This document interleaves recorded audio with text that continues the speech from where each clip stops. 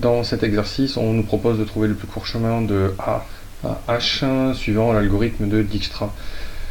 Donc la première chose à faire, c'est d'écrire dans un tableau tous les sommets. Ce qui est très important, c'est de commencer par le sommet de départ, donc chez nous le sommet A.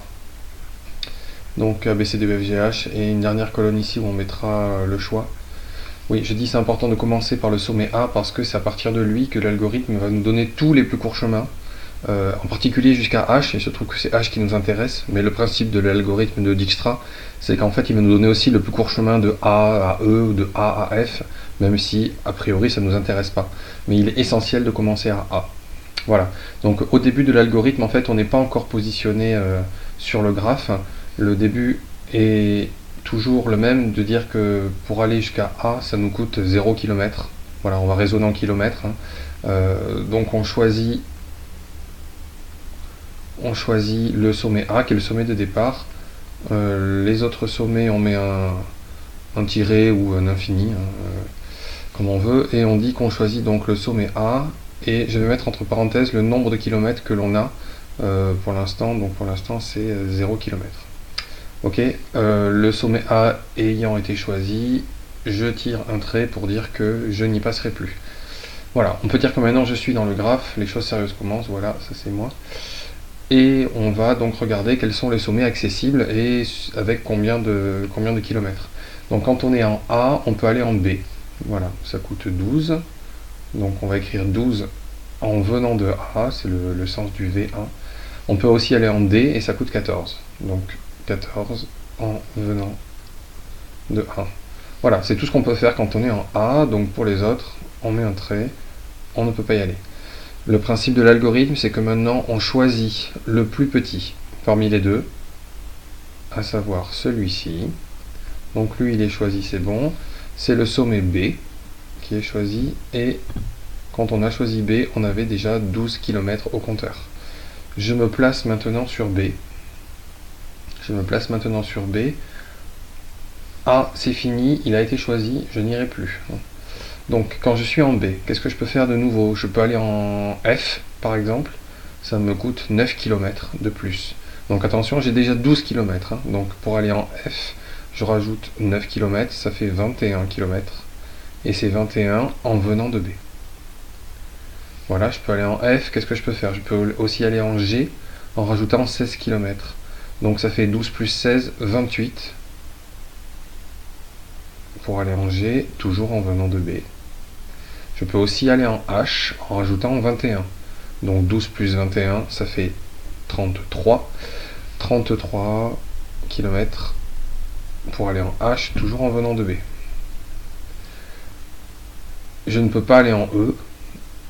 Je ne peux pas aller en D, mais attention, D, j'ai déjà un chemin qui m'a permis d'y aller, donc je ne mets pas un tiret, je mets le chemin qui m'y a emmené déjà. Donc aller en D, je peux le faire, c'est 14 km en venant de A. C, c'est toujours pas accessible. Je choisis maintenant le plus petit parmi les chemins, les propositions que j'ai, et le plus petit c'est 14. C'est 14 pour D, donc je suis maintenant en D avec 14 km au compteur. Donc de B, je vais aller donc maintenant en D. Vous voyez que le parcours du bonhomme, on va dire, sur l'algorithme n'est pas du tout un vrai parcours suivant des arêtes. On saute de sommet en sommet. L'important c'est qu'on arrive à tous les passer. Donc maintenant que je suis en D, le seul trajet nouveau que j'ai, c'est le trajet qui m'emmène à E, qui rajoute 10 km. Donc je peux aller en E, et je suis déjà à 14, donc je rajoute 10, ça fait 24 km. Donc 24 km en venant de D. Voilà. C'est tout ce que je peux faire, parce que de D, c'est la seule chose de nouveau. Donc C, toujours pas. D, j'ai oublié quand on l'a choisi, il faut supprimer la colonne, on va dire. F, G et H sont inaccessibles depuis D, mais comme j'ai déjà des chemins qui emmènent, je les laisse. Donc 21 en venant de B, 28 en venant de B, 33 en venant de B. Et je choisis le plus petit. Le plus petit, c'est ici, 21. Donc 21, c'est-à-dire c'est le sommet F avec quand je suis en sommet F, 21 km au compteur. Donc je choisis F et je règle F. Et nous voici maintenant donc en F, et ce sommet est à supprimer. Maintenant en F, quels sont les nouveaux trajets? Alors, je peux aller en C et ça me coûte 10 km de plus. Donc en C, 21 plus 10, 31. Donc 35 km pour C en venant de F. Voilà pour C. Je peux aller en E aussi et ça rajoute 16 km. Donc 21 et 16, ça fait 37. 37 km ici en venant de F. Regardez, attention, imaginez que je l'écrive. Ce qui est faux, on va l'effacer, 37 km en venant de F, je prends ce trajet-là alors que j'ai mieux avant. Avant, j'ai fait 24. Ça veut dire qu'ici, ce 37 km en venant de F, on ne va pas l'écrire. On ne va pas l'écrire. On va écrire le dernier trajet que l'on avait parce qu'il est mieux, il est plus intéressant. Donc je réécris 24 en venant de D. Voilà le genre de choses qui assure l'optimalité des trajets. Hein. On met toujours le meilleur trajet, le plus court qu'on a. Ça, c'était pour E. Qu'est-ce que j'ai aussi quand je suis en F? Je peux aller en H en rajoutant 11. Je vous rappelle que je suis à 21 km, je rajoute 11 et ça fait 32. 32, alors qu'ici j'ai un trajet à 33. Là c'est mieux.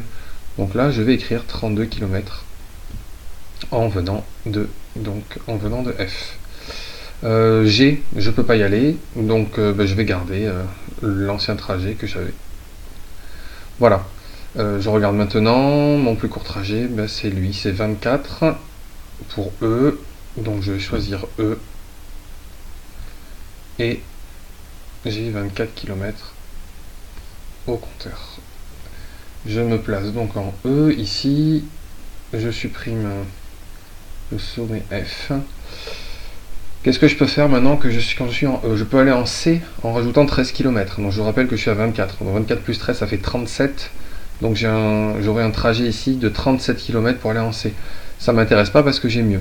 J'ai mieux, ici c'est 31, je vais garder mon 31. Donc 31 en venant de F. Je peux aussi aller en H en rajoutant 10 km. 24 plus 10 ça fait 34. Donc là j'aurai 34 km pour aller en H. C'est pas bien, j'ai mieux ici le 32, donc je garde le 32 en venant de F. Qu'est-ce que je peux faire d'autre? C'est tout. Voilà, c'était soit C, soit H. Donc qu'est-ce qui reste? Il reste G qui est inaccessible et qu'on va laisser donc à 28. Quel est le plus petit parmi ces trois-là? C'est 28. Donc on fait le choix de G avec 28 km au compteur. On fait le choix de G, donc pour G c'est fini. G est ici et je viens de E, sauf erreur. Voilà, qu'est-ce que je peux faire de mieux? Qu'est-ce que je peux faire quand je suis en G? J'ai uniquement 11 km pour aller en H, donc 28 plus 11 ça fait 39. 39 c'est toujours moins bien que ce 32 ici, donc je garde le 32 en venant de F. Voilà, c'était la seule chose de nouveau que je pouvais faire. Je vais garder ici mon 31 en venant de F. Ici, quel est le choix? Ce 31 ici, en venant de F, et donc c'est pour le sommet C. Donc ici, mon choix est pour C, C avec 31 km. Je me place en C. Voilà, et par contre, je viens de G. En C, j'ai rien de nouveau, hein. J'ai aucun trajet nouveau intéressant en C, tout a été rayé. Donc maintenant en C, qu'est-ce que je peux faire? Je peux aller en H avec 32 km en venant de F, c'est tout ce que je peux faire. Et voilà, enfin le dernier sommet. Donc H avec 32 km, et il se trouve que c'est lui qui va m'intéresser. Alors, bien sûr, c'est lui que je choisis. Maintenant, c'est le moment où on va remonter l'algorithme de Dijkstra pour trouver le plus court chemin. Ce qui m'intéressait était d'aller en H. D'accord? Donc ici. D'après l'algorithme, H, c'est possible d'y aller en 32 km.